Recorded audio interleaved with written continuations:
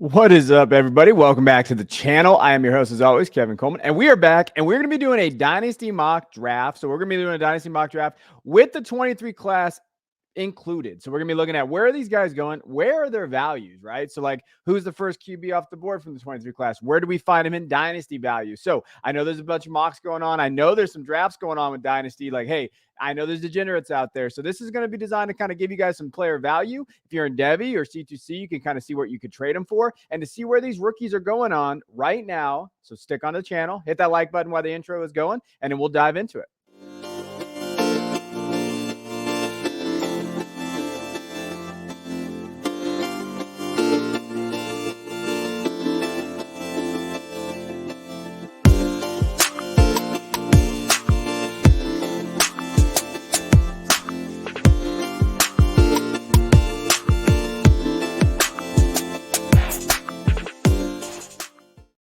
All right, like I said, we're going to be diving into this bad boy and looking at it. We're going to do some player spotlights. We're going to be talking about like my best teams. I'm going to go through team builds that I really like. And I'm going to talk about guys that didn't get drafted and part of the rookies are and where they're going and guys that you should be looking at. So let's go through rounds 1 through 3 and dive into kind of what we see here from the big board. So here's where the first picks went. We had 12 great guys. These are probably the best mockers I've had so far in terms of just being on time, ready to go, and just knowing value. So if you look right here, we've already kind of talked about the quarterbacks. You know, no running back again in the first round. So one thing that we've been highlighting on this channel and throughout this is that running backs are not going in that first round. We just haven't seen it.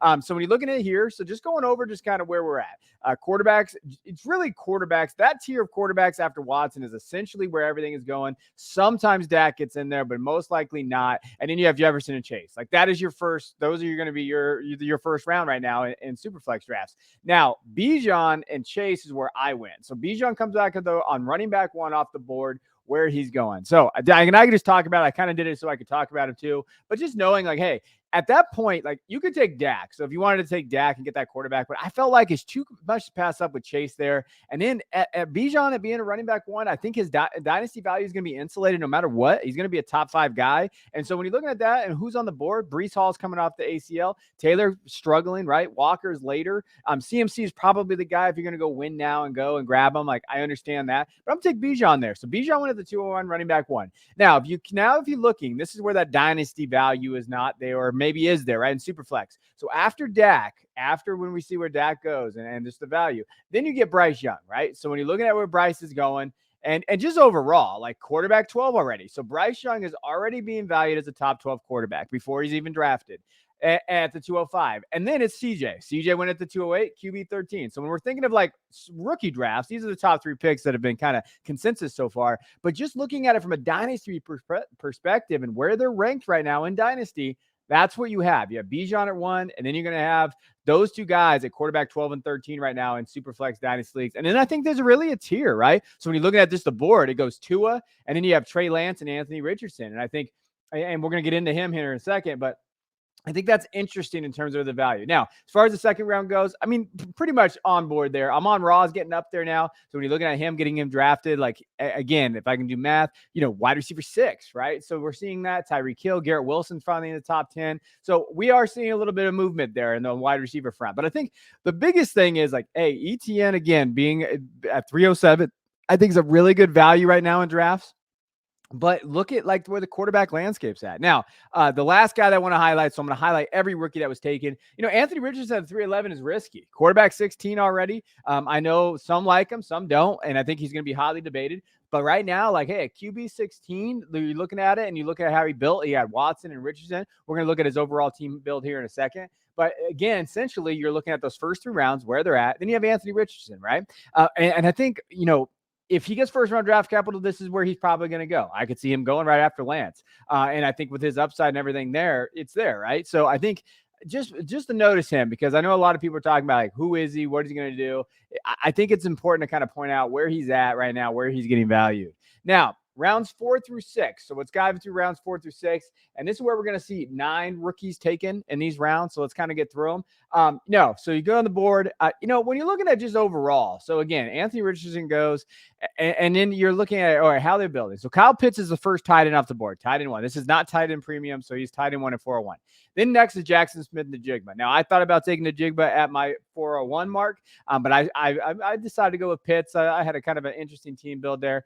Then we have Jackson Smith. Okay, he's going as wide receiver 13 right now, so he is getting valued. Then the next player off the board, 7 picks later, is Quentin Johnson, right? So you're looking at the wide receivers and where they're going, wide receiver 17. So again, depending on the value, depending on where you're at, that's kind of how those wide receivers are shaking out. Now, one thing we're going to note too is Josh Jacobs at the 407. That's the earliest we've seen in these mocks. So in terms of dynasty value, we're definitely seeing that shoot up. Now, then if you just look at the quarterback drop-off, Jared Goff is in there. Then you got Daniel Jones coming around at the beginning of the 5th, which he has not been there. Russell Wilson is still in the middle of the 5th. And as you go through there, you have that, right? Then we're going to go talk about Gibbs. So Gibbs is the 3rd rookie off the board there. And he's going at running back 13, 506. So that's where he's valued. So considering like the running back landscape and what we did in this draft, Bijan is a running back 1.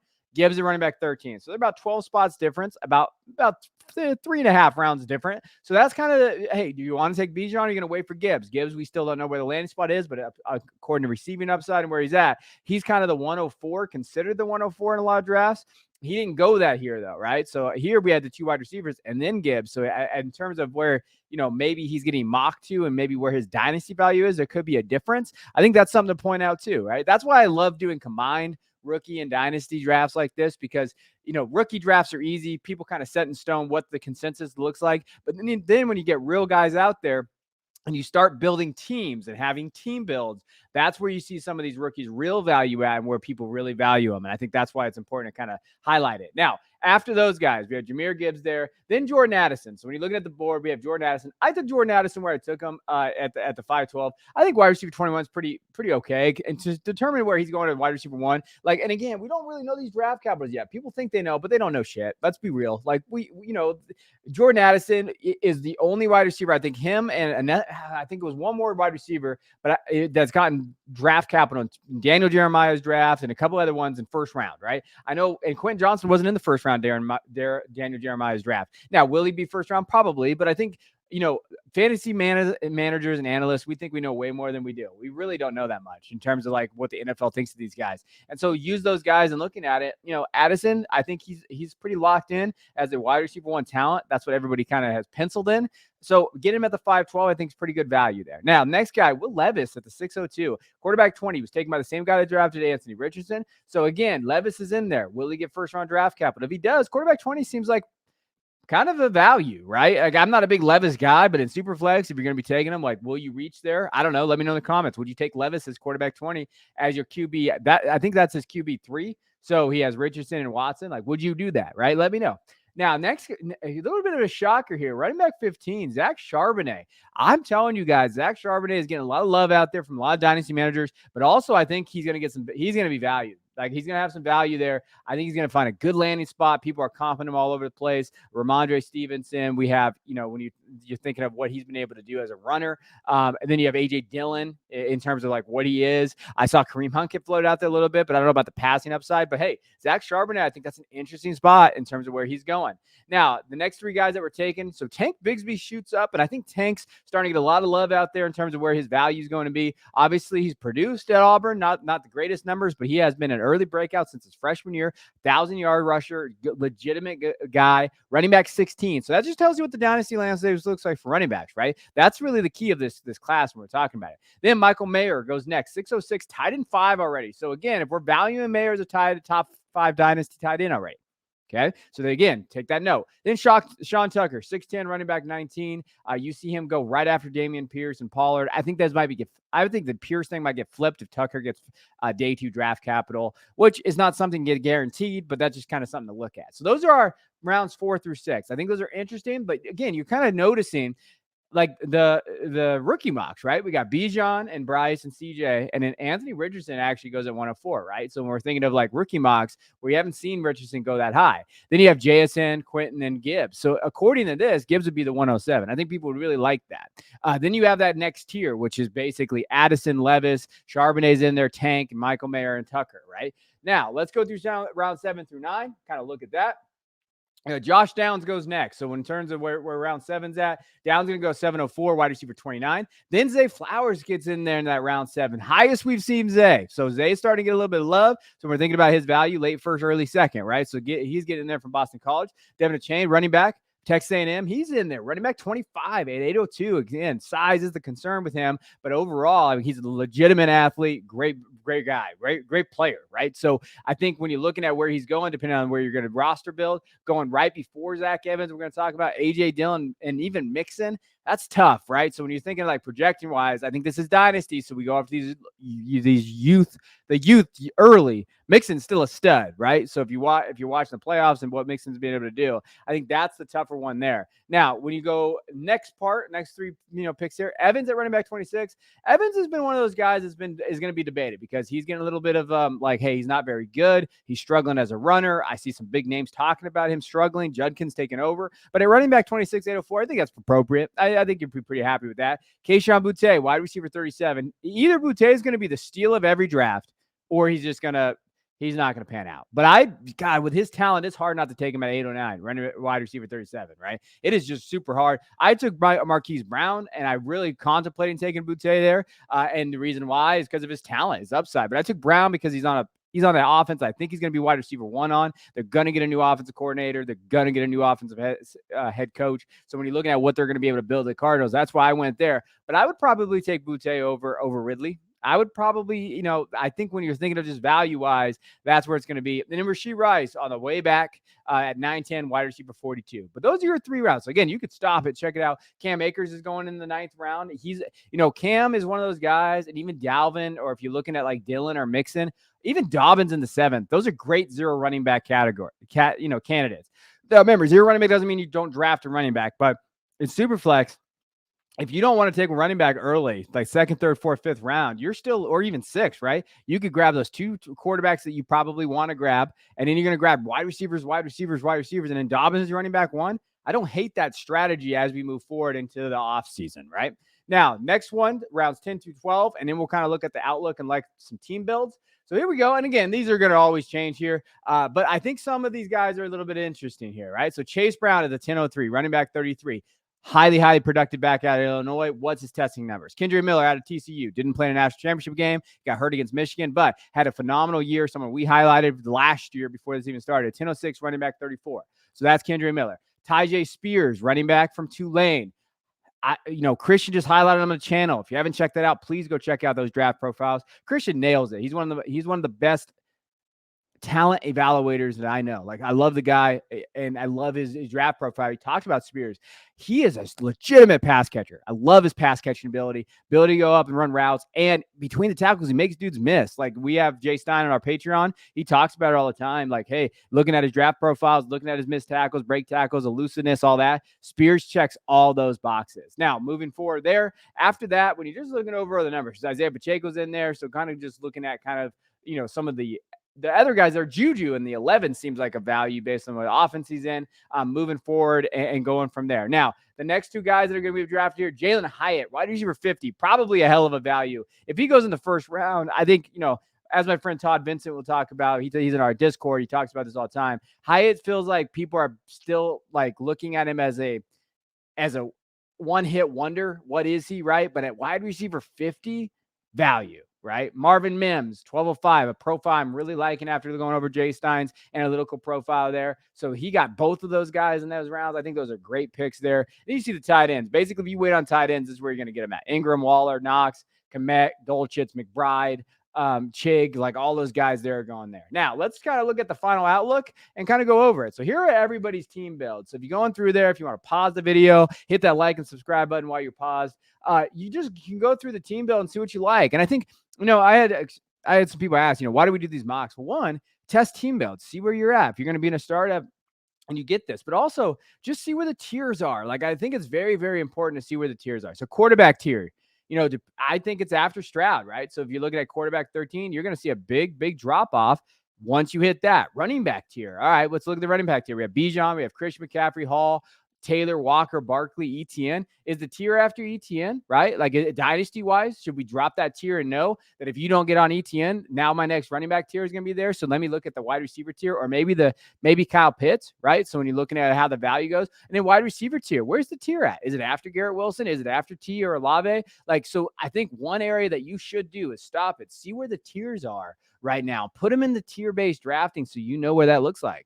Right now, I want to go over a couple builds. So I'm going to look at my build. So I went 0 quarterback on purpose in this one just to see what it would look like. So I took Chase and Bijan. Then I got Metcalf and Pitts. I like those picks. I still believe Pitts is the tight end 1 in terms of dynasty value. So if I can get him in the 4th, I'll take it.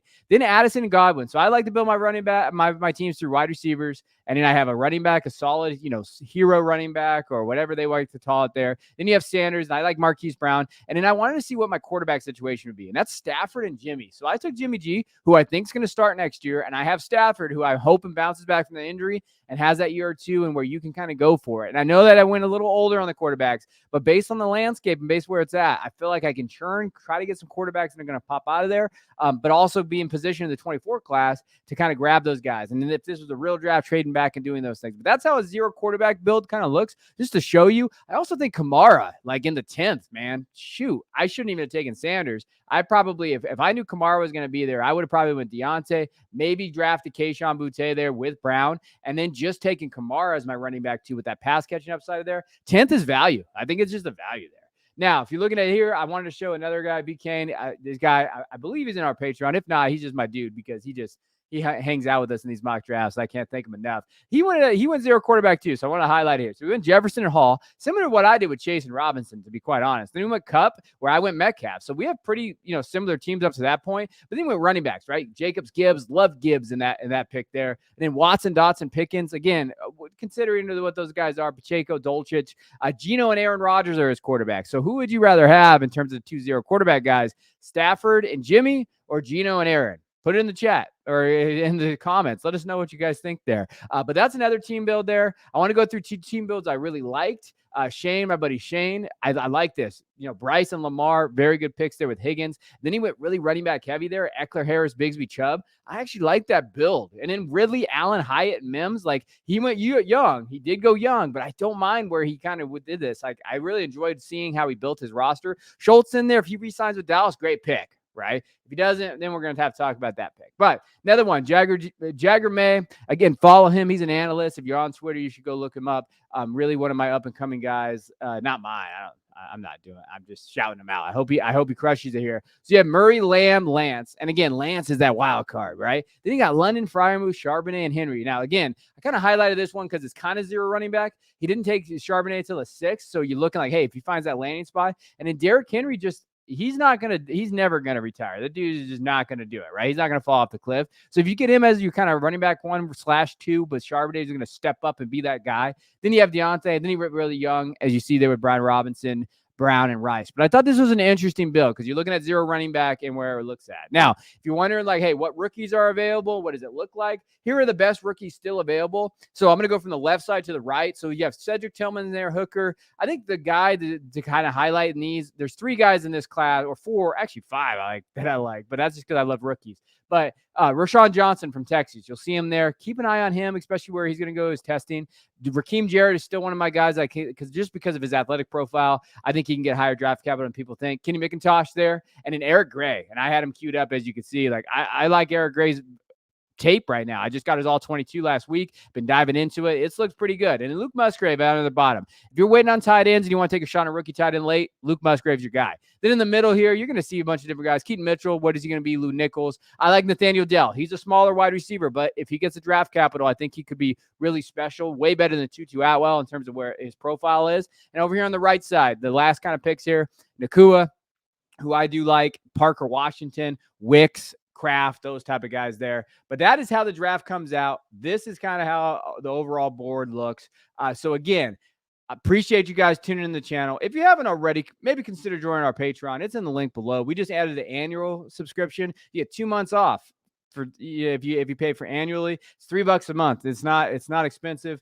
We're doing multiple things throughout it, rankings, all of that stuff, Dynasty rankings, Devy rankings, the manifesto, which is going to be probably over 400 pages by the time we're done with it here at the middle of February, and where we're looking. So, and we have a Discord and all that. So be on the lookout for that. Hit that like and subscribe button. We appreciate you guys, and we will see you guys next time.